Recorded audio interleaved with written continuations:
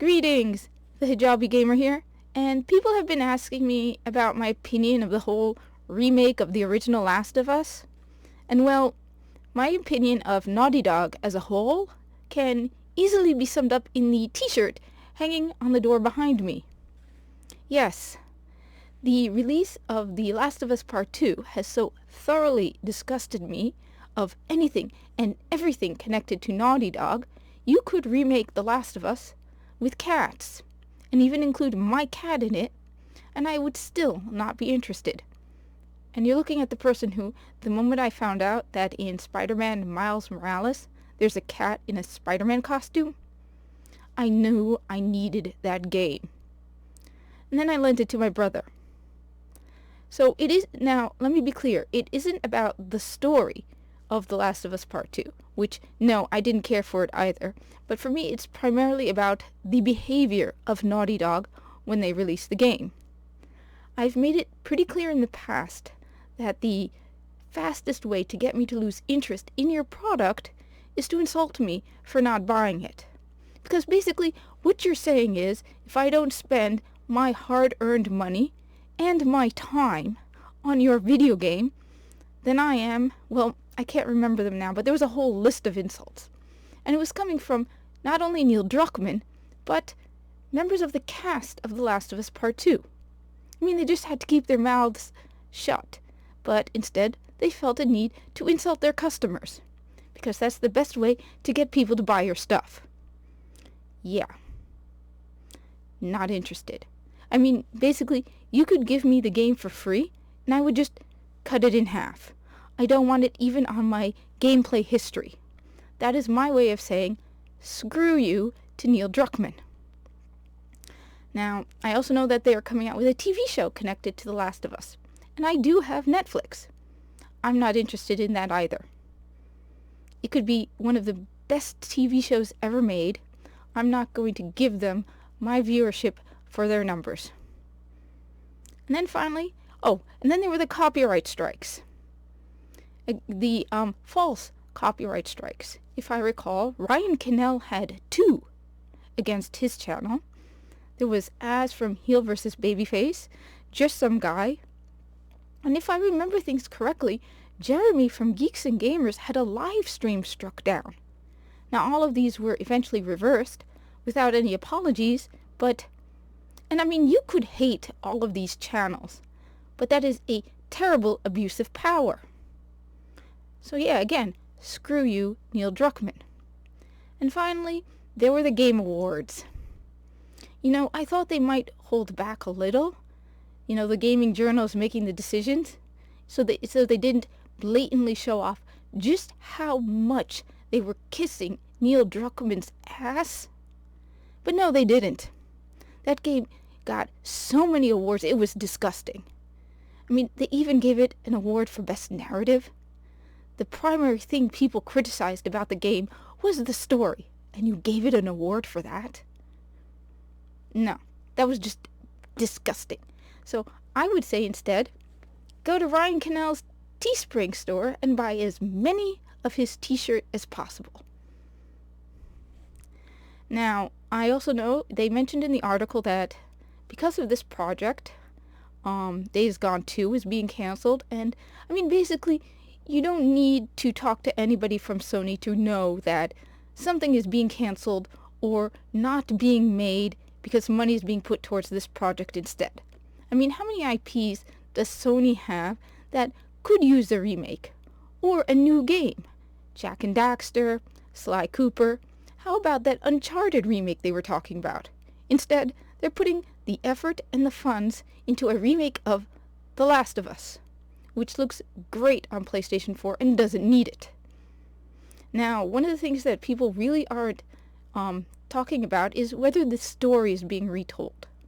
And I suspect that, at least in the beginning, they weren't planning on retelling the story.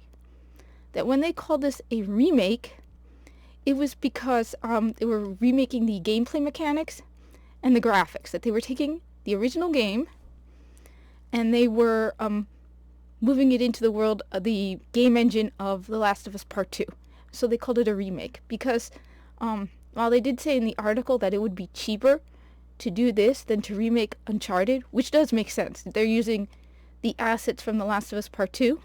It still would be extremely expensive to remake the game. I mean, you'd have to rewrite the script, bring back the voice actors, and from what it says in the article, I don't think this team was very big. However, now that this project has been moved to Naughty Dog and under the control of Neil Druckmann and his massive ego, now I'm not entirely sure. They may be changing plans. Because, I mean, it's been going on for a while now, and hey, he wants to change the story to fit his new TV show and his new Part 2. So I don't know. Maybe it depends on how well the TV show does, or sales of The Last of Us Part 2. However, I do think I know why they're doing this.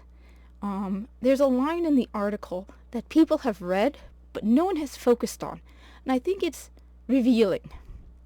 So in the article it says, if Mumbauer's crew remade the first game to have a similar look and feel, the two games could be packaged together for the PlayStation 5. I think the whole point isn't just a cash grab, but it's to boost sales for Part 2. Because I can tell you, at least when it comes to the PlayStation 4 version, The Last of Us Part 2 did not sell well. I work in retail. Now, I'm not going to say where. And my primary rule, the only rule I have about the comments, is I will delete anyone who tries to guess. Because I like having a job.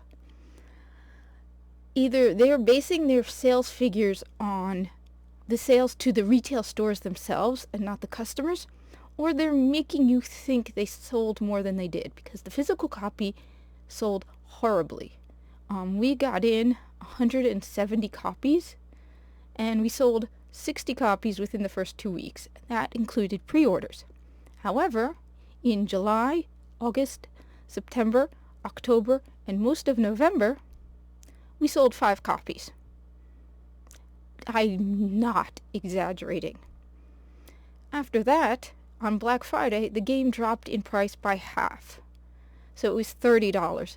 And through the entire holiday season, which is, by the way, the hottest shopping season of the year, the game sold no more than 15 copies.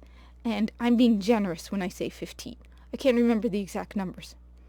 Finally, recently, stores, when they have excessive amounts, they send it to a district warehouse to store for customer orders because the game wasn't moving. I mean, we're talking the holiday season. We sold more copies of Animal Crossing in a single day than we sold, and I mean Animal Crossing at full price, than we sold The Last of Us Part 2 at half price throughout the entire holiday season. So I think they realized that if they release The Last of Us Part 2 on PlayStation 5, it's not going to move. The only way they're going to get this to move is if they bundle it with the original Last of Us. Now, as I said, I don't know if they're going to change the story, but I suspect that is why they're doing it. They're going to release both games together in a bundle for $60, maybe $70. And then Neil Druckmann can go to his Sony overlords and say, hey, check out how well my game sold on PlayStation 5. It's a bit like Clownfish TV has mentioned, I think it was a Star Wars comic book, that it was the #1 selling comic. Well, the reason it sold so well was because it was bundled with Loot Crate loot boxes. So they got a whole bunch of people got it thrown in whether they wanted it or not. And the same is here. I think more people would buy this PlayStation 5 version for The Last of Us. I bet you there will be no way to buy The Last of Us for PlayStation 5. You're going to have to buy them both bundled. I wouldn't even be surprised if they did that digitally. I mean, I've seen game bundles that are available digitally as well, where you get 2 games for the price of 1. So I think that is why they're doing it. No one else is really talking about that, but I'm pretty sure it's because they know no one's going to buy The Last of Us Part 2 on PlayStation 5. Anyway, those are my thoughts about it. Let me know down in the comments below what you think. Thank you for watching. Like, comment, subscribe, and I hope to see you around the tower. With Ramadan going on, I'm trying to figure out what I'm going to do about live streaming, because it's a little messed up, But I hope to see you around.